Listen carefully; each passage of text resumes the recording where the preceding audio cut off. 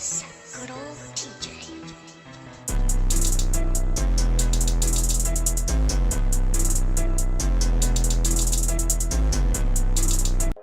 Konnichiwa. Yo, so I got back in another video. Today, you guys, we're doing another Fate lore video from a Taco de Kun. Like I say, first link you should. Oh, excuse me. Well, I just ate. First link you should buy down below will be to Taco de Kun's channel. You go follow his channel and look at all his other videos.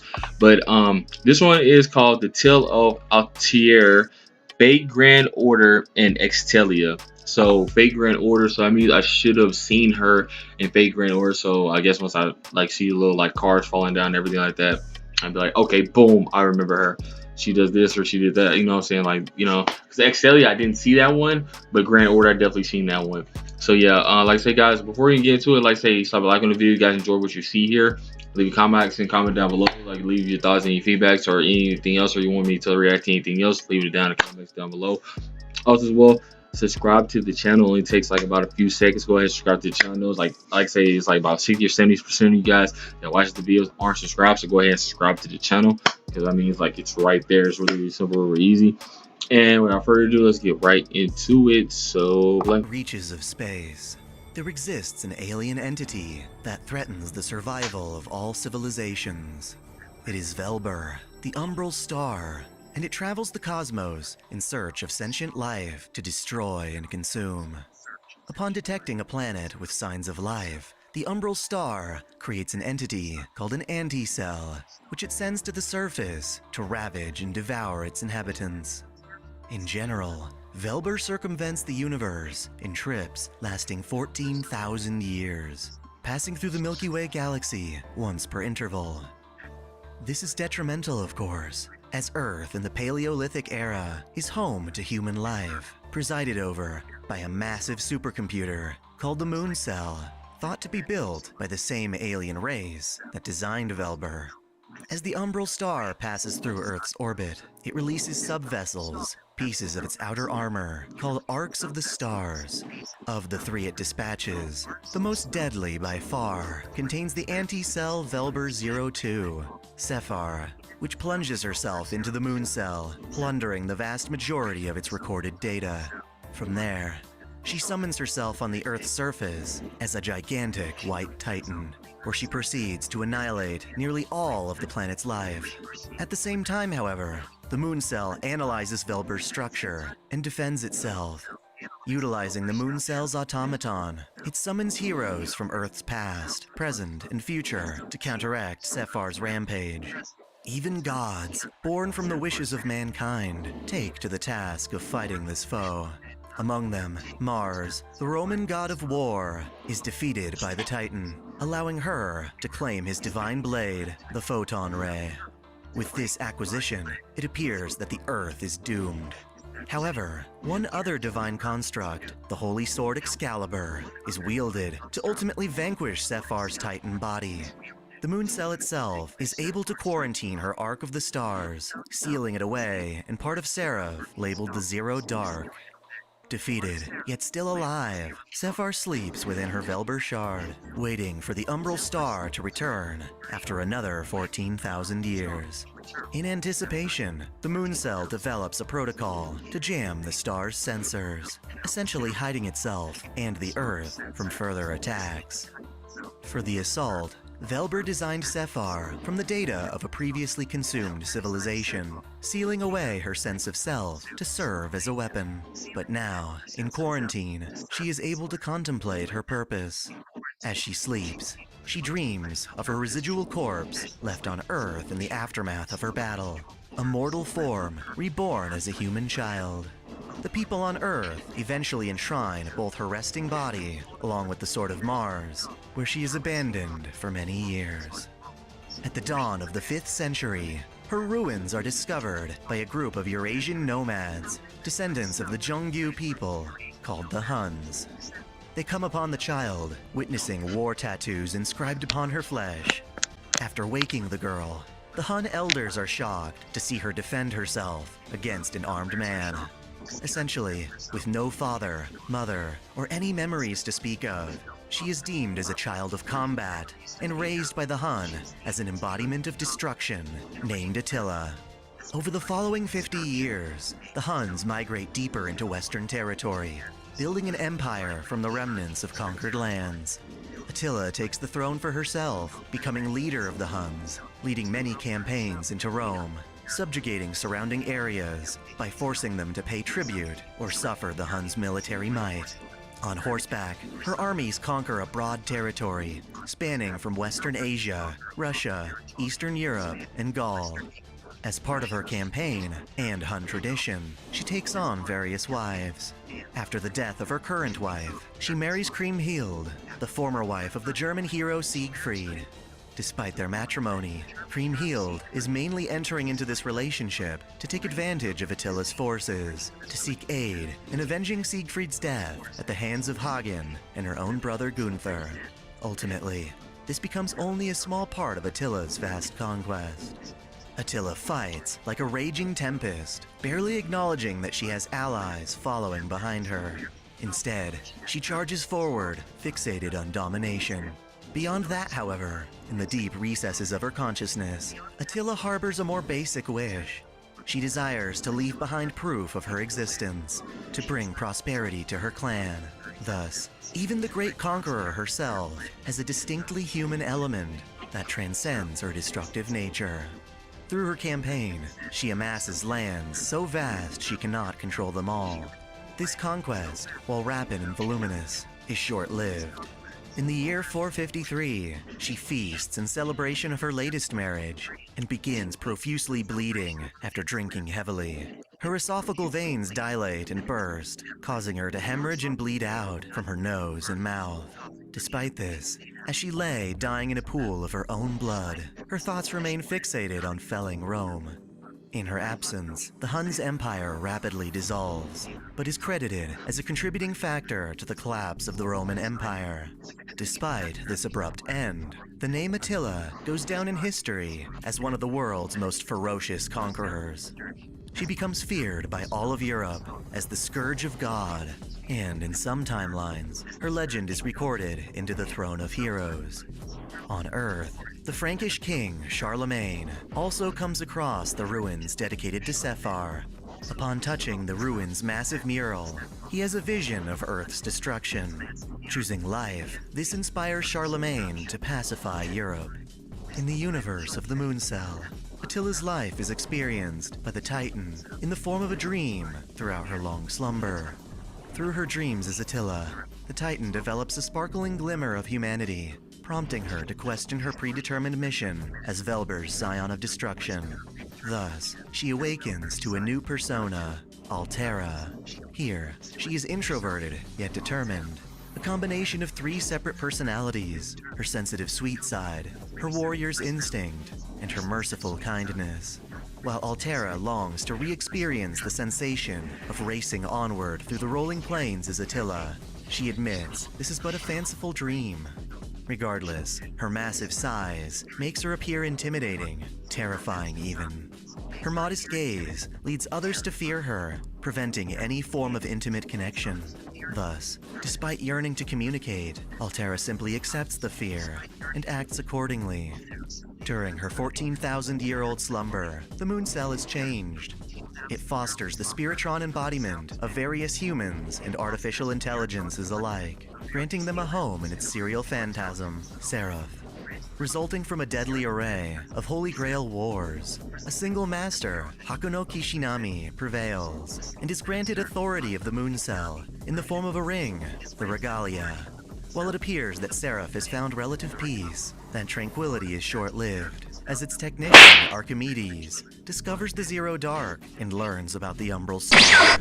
While he was once a human, Archimedes counts himself as a mathematician, a rational thinker, over anything else. He wickedly deems the Umbral Star to be a superior entity, and takes it upon himself to assist Velber's plan of consuming all life on Earth and in the Moon Cell. Using the temptation of protecting their beloved servants, Archimedes convinces Hakuno to venture with him into the Zero Dark, to use the Regalia to destroy whatever lies within. There, they find the Titan Altera resting atop a mound of treasure. Archimedes uses Hakuno to destroy the Titan, but Hakuno senses something awry. Regardless, Altera takes their invasion as hostile and grasps Hakuno in a tight fist. Seeing this, Archimedes reveals his true colors, admitting to have set this up as a trap to kill Hakuno as a vassal of the Umbral Star, commanding Altera to crush them. In an act of self-defense, Hakuno splits both themselves and the regalia into 3 separate pieces. When chastised by Archimedes, Altera violently chases him off, deciding that Hakuno, alive or dead, bears no relevance on her plan to destroy the moon cell. In fact, now that the regalia has been split, Altera intends to use her third of the master, Hakuno's body, as a means of escaping her confinement and conquering the moon cell as a servant. While it's natural for Hakuno to try and escape imprisonment, Altera notices that Hakuno is missing memories. With such a clean slate, Altera is a bit disappointed by Hakuno's opposition, but then again, she is keeping them isolated to a cave, forced to sleep inside a cage. Furthermore, Altera, declaring herself to be the enemy of humanity, doesn't exactly come off as friendly. In order to leave the Zero Dark and fight within Seraph, Altera creates an avatar of herself that, because it drains her resources, shrinks to the size of a normal human. This pseudo-servant, Hero Altera, can only manifest with the help of a master, and so Altera toys with the typical master-servant partnership to ensure Hakuno supplies her with mana, but cannot interfere with her conquest. In exchange for their assistance, Altera offers Hakuno freedom from the cage to barter for cooperation. In battle, Altera's hero avatar wears the regalia and keeps Hakuno trapped within it. When taking on other servants in battle programs throughout Seraph, she fights using the Sword of Mars, Photon Ray. This sword, the prototype of all divine constructs, has a blade made from tricolored bands of light. When swung, it streaks the light of a rainbow, with the power to destroy any and all existence. When Altera calls its true name, Teardrop Photon Ray, Star of Tears, the blade itself serves merely as a beacon with which to summon Mars's wrath. Mars loathes Altera, and upon establishing a connection with the sword, launches a photon ray from the heavens to smite her. With the sword and her own mana, Altera is able to redirect the stream of light to decimate her opponents. While fighting, Altera feels reminiscent of her time as Attila, causing her to wonder just how long this dream of hers will last. On separate occasions, Altera's Zero Dark is invaded by top servants of the Moon Cell, acting on the computer's behalf to vanquish her. She defeats the first invader, Iskandar, King of Conquerors, who submits to her will as the superior warrior. As thanks for offering mana, Altera provides food and allows Hakuno to roam the cavern between battles. During this time, Altera yearns to touch Hakuno, but is worried about being feared. Hakuno, on the other hand, is quite curious about Altera's Titan body, climbing about her playfully. Tired, Hakuno rests upon Altera's stomach, and the Titan finds joy in their gentle physical contact. Through Hakuno, Altera is able to explore her human emotions, further helping her question her role as a destroyer. While her hero form is blunt and aggressive, she too develops an intimate bond with Hakuno during their fights. Jeanne d'Arc is the next to invade Altera's domain, and during their bout, Gilgamesh interrupts, hoping for a chance to battle Sephar directly. He launches a poisoned weapon at Altera, nearly costing her the fight. Thus far, Altera had only been using Hakuno's mana, never once asking for help. However, Hakuno decides to be the first to actively help, using a code cast to clear Altera's poison. Their fight comes to a close when Gilgamesh admits that Sephar once spared his own father during her destruction. To repay that debt, Gilgamesh joins her ranks while refusing to take orders. Again, between battles, Hakuno and Altera grow closer. Hakuno's cage is replaced with more suitable lodgings. Their cave becomes a special place to them. Amidst this, Hakuno declares to be fighting to free Altera from her destiny as a weapon, despite constantly being told such a thing is impossible. Altera, now with the help of Iskandar, Jeanne, and Gilgamesh, decides to take the offensive in her conquest of Seraph. She wages war against Nero and Tamamo, who happen to possess the other pieces of the regalia, as well as the other parts of Hakuno's cyberframe. Of all the cyberframe's components, the body is most vulnerable, destined to fade away if not reunited with its mind and soul. Altera wants to restore Hakuno's cyberframe, but is interrogated by Elizabeth Bathory, Archimedes' co-conspirator with Velber, as to where her allegiance lies. Their plan is to complete the regalia and use it to shut down the moon cell's jamming device, allowing Velber to effectively return. Elizabeth fears Altera's affections for Hakuno might lead her astray. Despite believing herself to be nothing but a destroyer, she finds hope in Hakuno's determination. She admits she does not want to become Sephar ever again, instead sharing a similar goal to her dream as Attila. Upon defeating Tamamo and acquiring Hakuno's soul, Altera has conquered over half of Seraph. With Nero being their next target, Elizabeth points out that if Altera happens to save Hakuno by acquiring their mind, the completion of their cyberframe will wipe out the memories they shared up until now. Driven to despair, Altera continues her assault. After infiltrating Nero's realm and defeating Gawain, Altera discovers that Nero had been using Gawain as a decoy. Nero takes this chance to infiltrate the Zero Dark. Returning to her throne room, Altera fights amicably against Nero and slays her with the Teardrop Photon Ray. Upon completing both Hakuno and the regalia, Archimedes reveals himself once more, stealing Hakuno away. Altera opposes him, refusing to use the regalia to harm humanity. She is too late, however, as Archimedes had already broken the connection between hero Altera and her Titan body.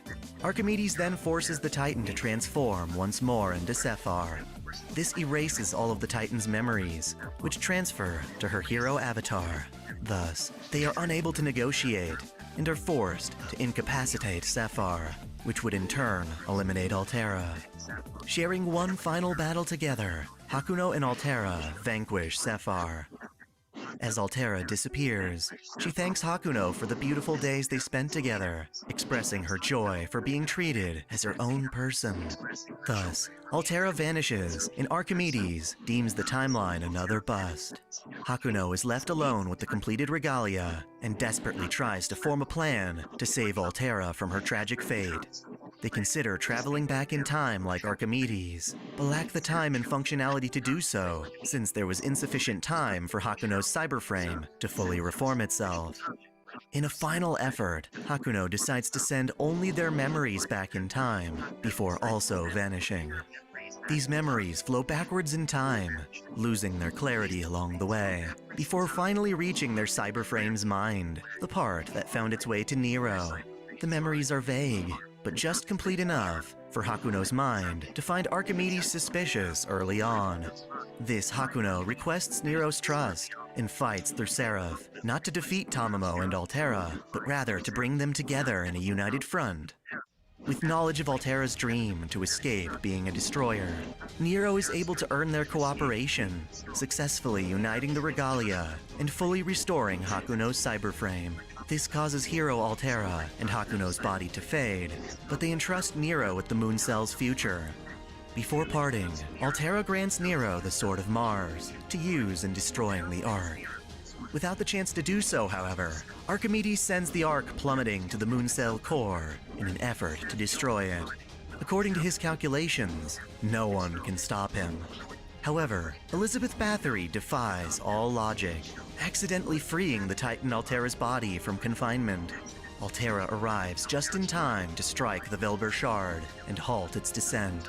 The impact and damage to the Ark cause the Titan Altera to disappear as well, leaving Nero and Hakuno alone to thwart Archimedes' last attempt to destroy the moon cell.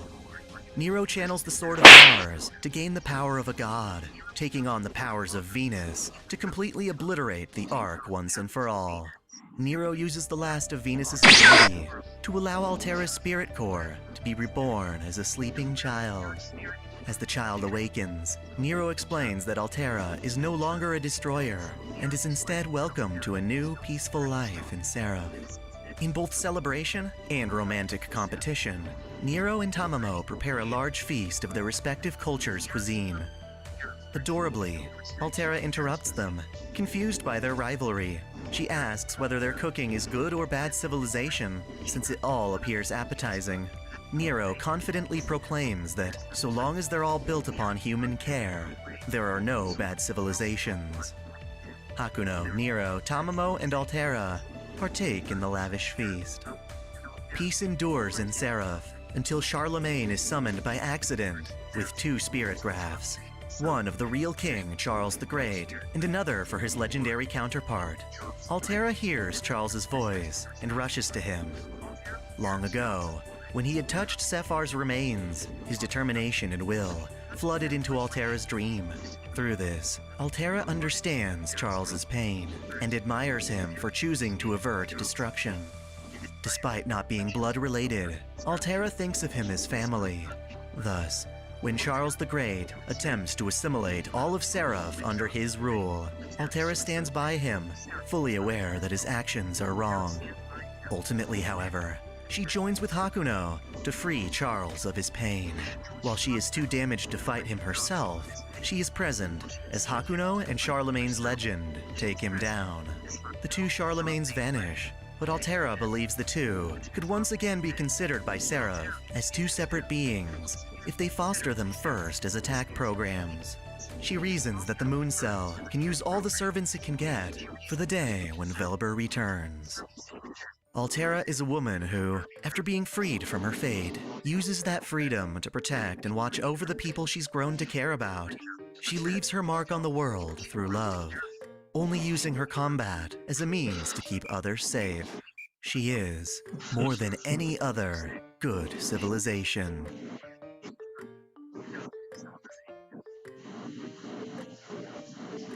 Okay. Okay, so that's Altera. Okay, so the fate of Altera, from FateGrand Order and the Extella link. Like I say, from Atako de Kun. First link is right down below is gonna lead to his channel. Go ahead and go check him out. But yeah, so I'm guessing this is Fate's take on Attila the Hun. It just now is a female version of, it's called Altera the Hun, because she was taken by the Hun people. So yeah, and instead of like Attila the Hun, all you wanted was destruction and just killing and all that stuff like that in war. She just fought literally just to protect, which is actually noble, very, very noble, because you don't find many people that actually fight just for protection.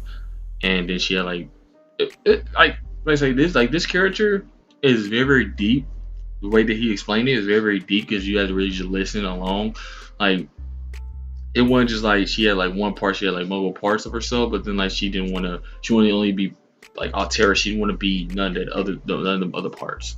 So yeah, it was pretty good. It's like a really, really good episode of the Fate Lore series on Taka Dekun's channel. So like I say, guys, like, subscribe on the video. Really subscribe to the channel, guys. Like I say, it's like 70% of you guys that aren't subscribed that are watching my videos, so go ahead and subscribe. It only takes like a few seconds. It's the red button. And yeah, guys, I am out. Peace.